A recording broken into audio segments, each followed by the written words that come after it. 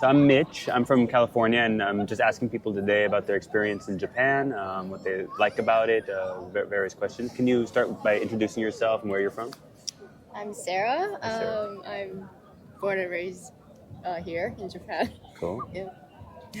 Yeah, and I'm Angeli. I was born in Singapore, but I moved here for my dad's work, so I've been here for like 22 years now. Wow. Yeah. Okay.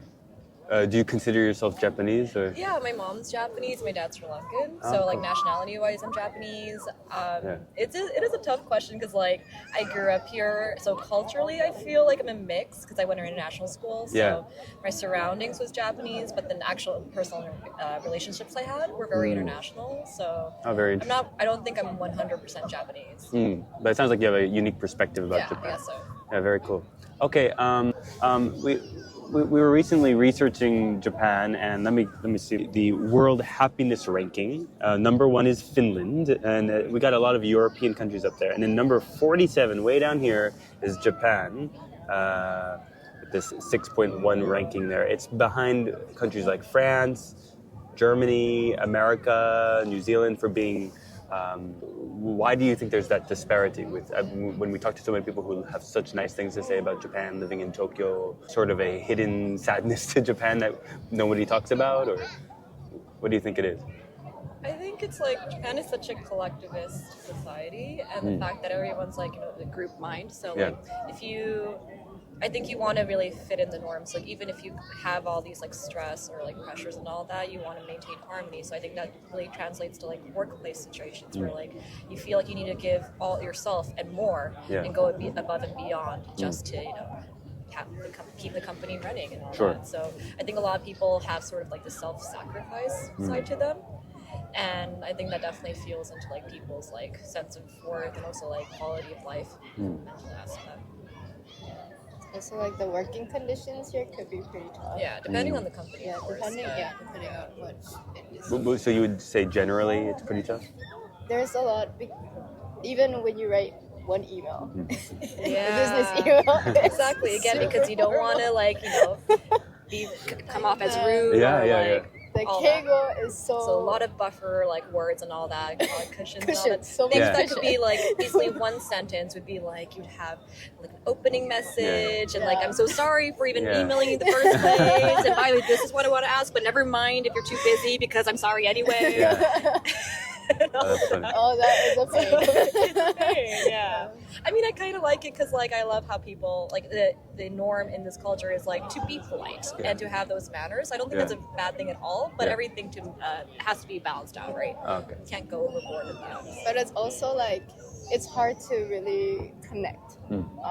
Yeah, you don't know what people truly feel, honestly. It's their mask, kind of. In Japanese, we have this word called tatemae. Tatemae. Yeah, which is basically your true self versus what you show to the public. So I think a lot of people have this strong tatemae, not only at work, maybe in personal relationships, like how they show themselves to the public is truly maybe something that, maybe that's why some people are unhappy because they feel like they have to uphold this tatemae, this strong self of like public self. Okay. And they do a lot to maintain that, but at a cost of their own like happiness. Yeah, I see. Do you think that comes with a unique set of stresses that kind of makes it difficult to have a work-life balance as a Japanese? Perhaps that's the reason for the discontent or unhappiness of Japan versus Western countries? In that sense, COVID was a really good thing for us because I think without COVID, before actually COVID, we were doing the Tokyo Olympics, right? Sure. So leading up to that, a lot of the, like, especially the government was like, let's try to do remote working. But a lot of companies wouldn't really allow that, or it was really unimaginable for a lot of people to just even consider working from home. But COVID forced us to actually work from home, and a lot of people found that they could balance their work and life better. I think that led to a lot of people changing their jobs because they were able to stand up for themselves more and realize that there's a better life out there.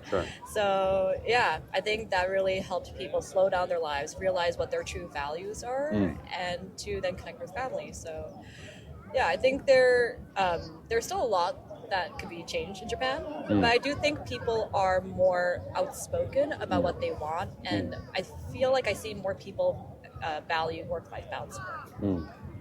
And that's just not the foreigners, but especially the Japanese people too. Okay, I see. Do you agree with that, Sarah? Yeah, like me myself, with my work totally shifted to remote working. Oh, wow. So I don't really go to the office that much. Even now? Even now, yeah. So I have more time to, more time for my health. Yeah.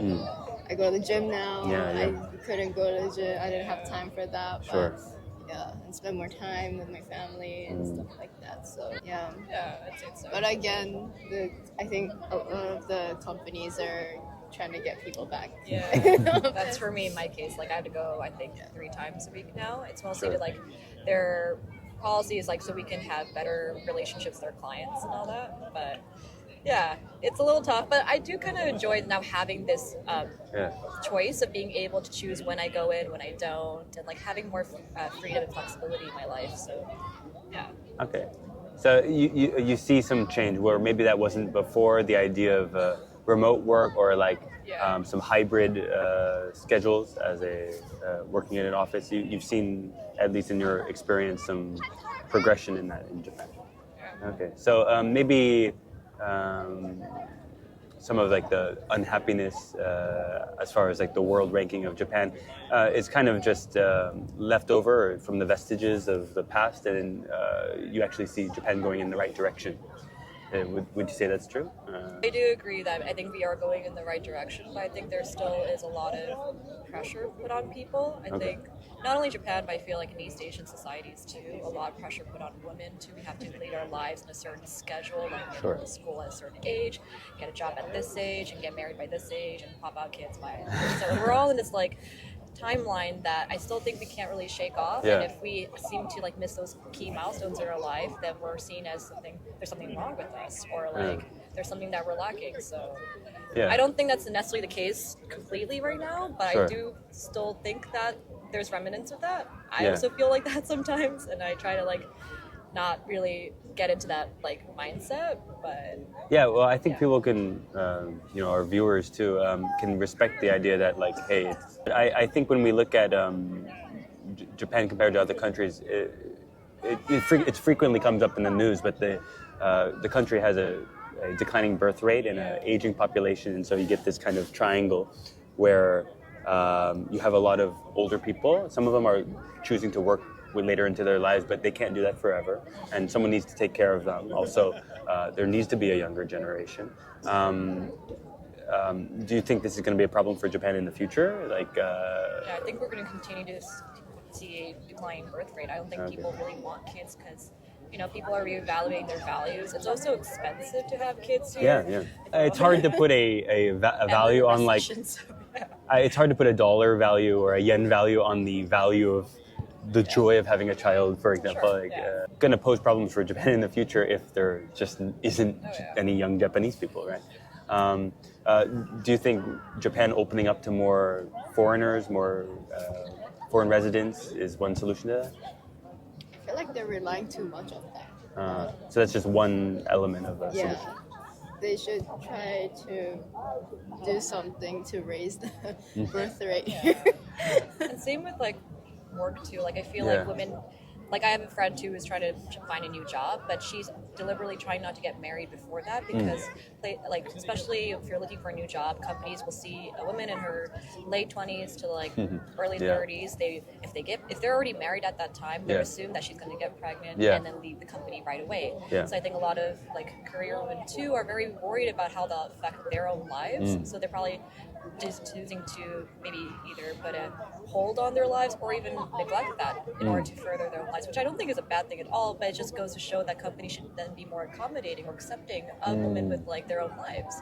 I think that's again another reason why people aren't choosing to have kids, because it's not really feasible. I see. So maybe a solution you're alluding to is not choosing one or the other, not making women choose children or career, but making it societally acceptable to do both, to have a career and to have kids. And women can do it all. No woman in history ever has been like, well, I'm a mom, so I can't do this. Like, no, they can do everything and beyond. It's just, companies or even like just a patriarchal society just imposing these ideas that we have to have limits in our lives, but it's not true at all. Do you feel the same way, Sarah? Sorry, I was completely so. Oh, no. Yeah. Sorry, we're just inspired. It's inspired. Now, do you think women can have it all in today's society? Do you think Japan needs to, I'm paraphrasing, but ease up a little and allow women to have both careers and families and kind of support them? Yeah, definitely. Which I think right now it is getting better. Like women have more choice right now. They can, still decide to work or, work remotely while raising a kid, or they have paid leave for, the sankyu. They even have that for the fathers. Yeah, too. paternity leave too. Paternity leave, yeah. So I think it is getting a little better than before, but definitely needs to, become more widespread. Even things like having late night meetings, that's basically not feasible for a working mom, right? Yeah. So making these small changes, like having meetings at an appropriate hour, or like allowing for remote working, or just like these small adjustments. I feel like if you only have men making these decisions, they're not really conscious of these things. So Sure. again, it's also a lot about having women in power, like in managerial positions, because they know these things. So yeah, I think increasing visibility and just empowering more women is really the key. Yeah, empower women. All right, Empower the women. that's the message. More power to women in Japan. No, I like that. It sounds like that's something one idea they can borrow from the West that might be beneficial to the society. So, any more questions? I'm just curious, why do you speak English so well? Have you lived abroad? No, I went to international school here in Japan. So we met each other when we were 5 years old. Oh. So I've known her like So all of my I life. didn't basically. really get like the typical Japanese education. So I might be a bit, my thoughts might be a bit foreign. I don't know, but yeah.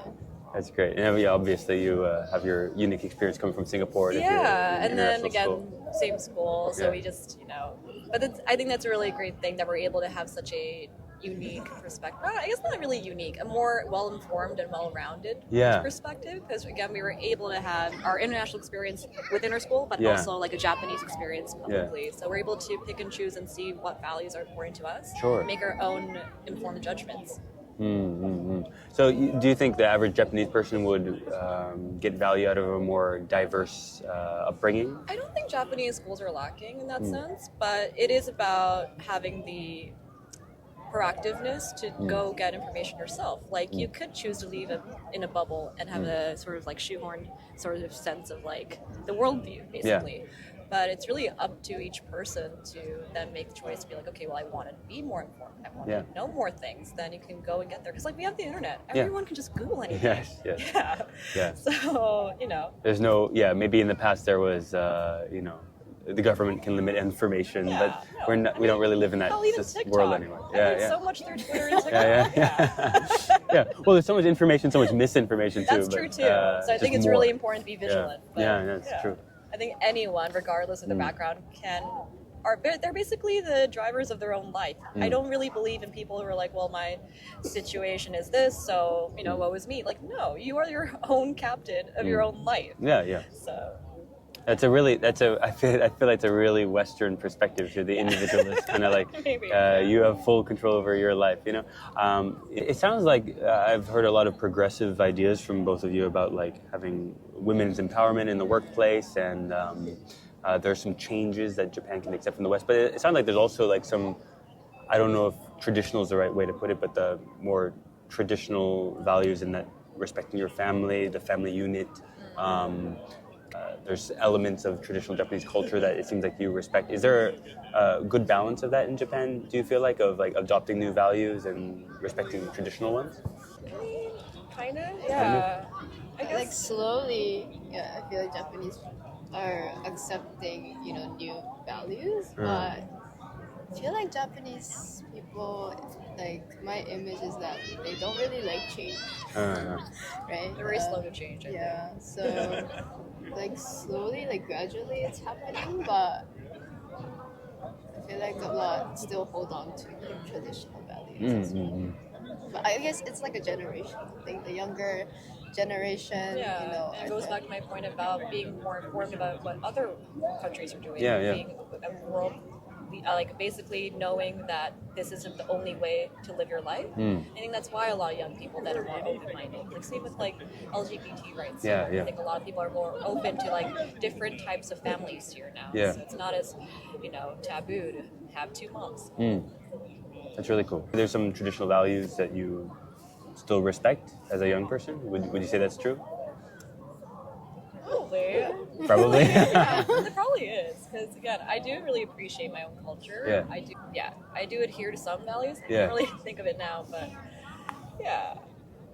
No, what about you? I think like it is important to like value tradition to a certain extent, but also keep an open mind for Yeah, it's all about balance, right? new stuff too. I like that. All about balance.